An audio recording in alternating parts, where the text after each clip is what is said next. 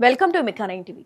పల్లెటూరి జానపదాన్ని, తెలంగాణ మట్టి వాసనను ప్రపంచానికి పరిచయం చేసిన వాయిస్, భక్తి గీతాలతో కోట్లాది మంది హృదయాలను గెలుచుకున్న సింగర్ మంగ్లీ అలియాస్ సత్యవతి.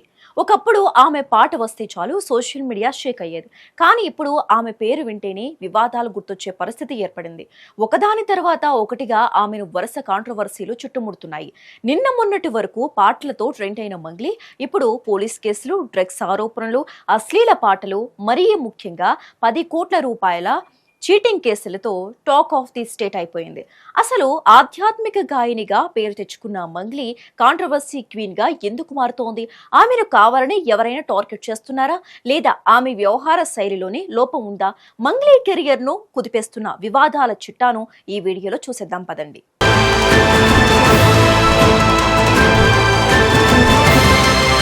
మంగ్లీని ప్రస్తుతం తీవ్రంగా కలవరపెడుతున్న వివాదం Warangal micro finance scam. Mangli, ఆమె తమ్ముడు శివమధు అనే మరో వ్యక్తి కలిసి దాదాపు 100 మందిని మోసం చేశారని తీవ్ర ఆరోపణలు వచ్చాయి.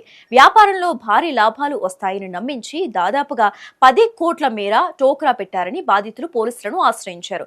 ఈ కేసులో బాధితుల తరపున వాదిస్తున్న న్యాయవాది సుబ్బారావును బెదిరించారనే ఆరోపణలు కూడా వచ్చాయి. అయితే ఈ ఆరోపణలపై మంగ్లీ ప్రెస్ మీట్ పెట్టి కన్నీళ్లు పెట్టుకుంది. తనకు పాట తప్ప మరేమీ తెలియదని, తనపై కుట్ర జరుగుతుందని నమ్మబలికింది. తనపై అసత్య ఆరోపణలు చేస్తున్న వారిపై రివర్స్ కేసు పెట్టిన మంగ్లీ ఈ వ్యవహారంపై ఏకంగా సిపి సజ్జనార్ను కలిసి కంప్లైంట్ ఇచ్చింది.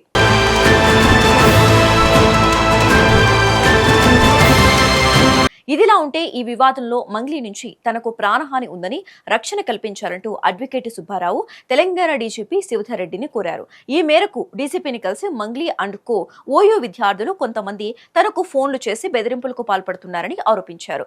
ఈ బెదిరింపులతో మంగ్లీకి ప్రత్యక్షంగా సంబంధం లేకపోయినా పరోక్షంగా సంబంధం ఉందని చెప్పుకొచ్చారు. మధు నాయక్ తెలియదు అంటూనే అతన్ని చాలాసార్లు మంగ్లీ కలిసిందని, ఒక ప్రోగ్రామ్స్ కోసమే కాదని తెలిపారు. తాను ఎవరినీ డబ్బులు అడగలేదని, దానికి తన దగ్గర సాక్ష్యాలు ఉన్నాయని వివరించారు.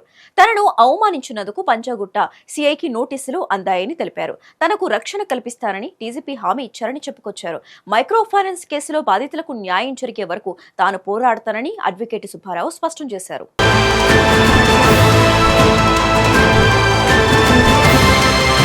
ఈ 10 కోట్ల స్కామ్ బయటకు రాకముందే మంగ్లీ పుట్టినరోజు వేడుకలు పెద్ద దుమారాన్ని రేపాయి. ఇటీవల చేవెళ్ల సమీపంలోని ఒక రిసార్ట్లో రాత్రిపూట ఎటువంటి అనుమతులు లేకుండా డీజే పార్టీ నిర్వహించారని పోలీసులు తనిఖీలో తేలింది.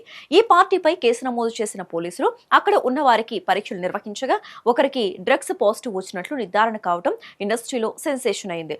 అయితే ఈ వివాదంపై స్పందించిన మంగ్లీ తనకు గంజాయి వాడిన వ్యక్తికి ఎలాంటి సంబంధం లేదని, కేవలం కుటుంబ సభ్యులు సన్నిహితులతోనే వేడుక చేసుకున్నారని క్లారిటీ ఇచ్చింది.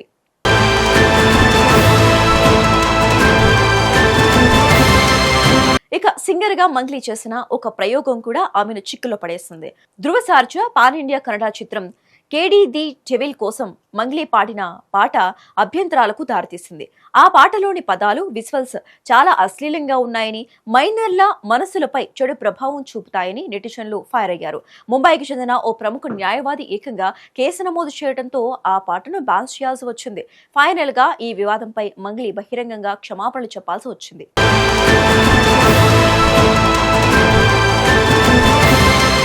గతంలోనూ తెలంగాణ ఆషాఢం బోనాల సీజన్లో మంగ్లీ పాడిన ఒక పాట అప్పట్లో రాజకీయంగా కూడా దుమారం రేపింది.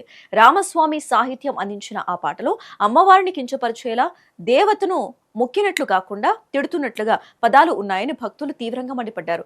తెలంగాణ సంస్కృతిని మంగ్లీ లాంటి సింగర్ ఇలా భ్రష్టు పట్టిస్తుందా అంటూ సోషల్ మీడియాలో ట్రోలింగ్ జరిగింది.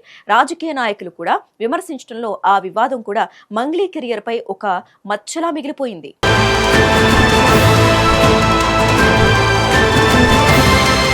సినిమాలో పాటలతో పాటు ఫెస్టివల్ టైంలో కొన్ని స్పెషల్ సాంగ్స్ కూడా మంగ్లీ చేస్తూ ఉంటుంది. ఈ క్రమంలోనే బతుకమ్మ, బోనాలు, సంక్రాంతి, తెలంగాణ ఫార్మేషన్ డే, ఉగాది, సమ్మక్క సారక్క జాతర వంటి సందర్భాలకు స్పెషల్ సాంగ్స్ తో ఆడియన్స్ ముందుకు వస్తుంది. అప్పట్లో శివరాత్రి సందర్భంగా బం బం భోలే అనే సాంగ్ ని రిలీజ్ చేసింది. అయితే ఈ సాంగ్ కూడా అప్పట్లో కాంట్రవర్సీకి దారితీసింది. ఈ సాంగ్ ని శ్రీకాళహస్తి శివుని ఆలయంలో షూట్ చేసి మంగ్లీ వివాదంలో చిక్కుకుంది. శ్రీకాళహస్తి టెంపుల్లో వీడియో తీయటానికి అనుమతి లేదు. అలాంటిది కాలభైరవ స్వామి ఆలయం, అమ్మవారి సన్నిధి నుంచి స్ఫటికలింగం వరకు మంగ్లీ అండ్ టీం ఈ పాటని చిత్రీకరించడంతో భక్తులు ఆగ్రహానికి గురయ్యారు. దాదాపు గర్భగుడి వరకు మంగ్లీ అండ్ టీం ఈ సాంగ్ చిత్రీకరణ చేయటాన్ని శ్రీకాళహస్తి వాసులతో పాటు కొందరు పండితులు కూడా ఖండించారు.